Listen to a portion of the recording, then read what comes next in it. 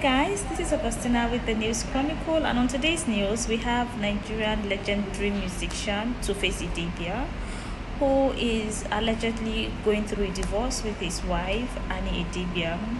So earlier this week, if you recall, his presence in the Edo State House of Assembly caused a lot of rumors, online, people speculating him being involved with one of the lawmakers, that is Natasha. So in order to debunk the news, he shared a video on his Instagram, to say that Natasha is not the cause of his divorce with his wife, and he's going to marry Natasha. He's in love with Natasha and all that. We thought that was all.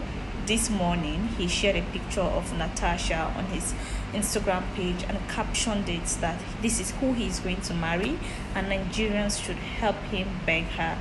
So these and more, we have a lot of juicy news on our website today. Kindly click, share, comment, and we'll keep bringing you more juicy news. You take care, and we'll see you soon.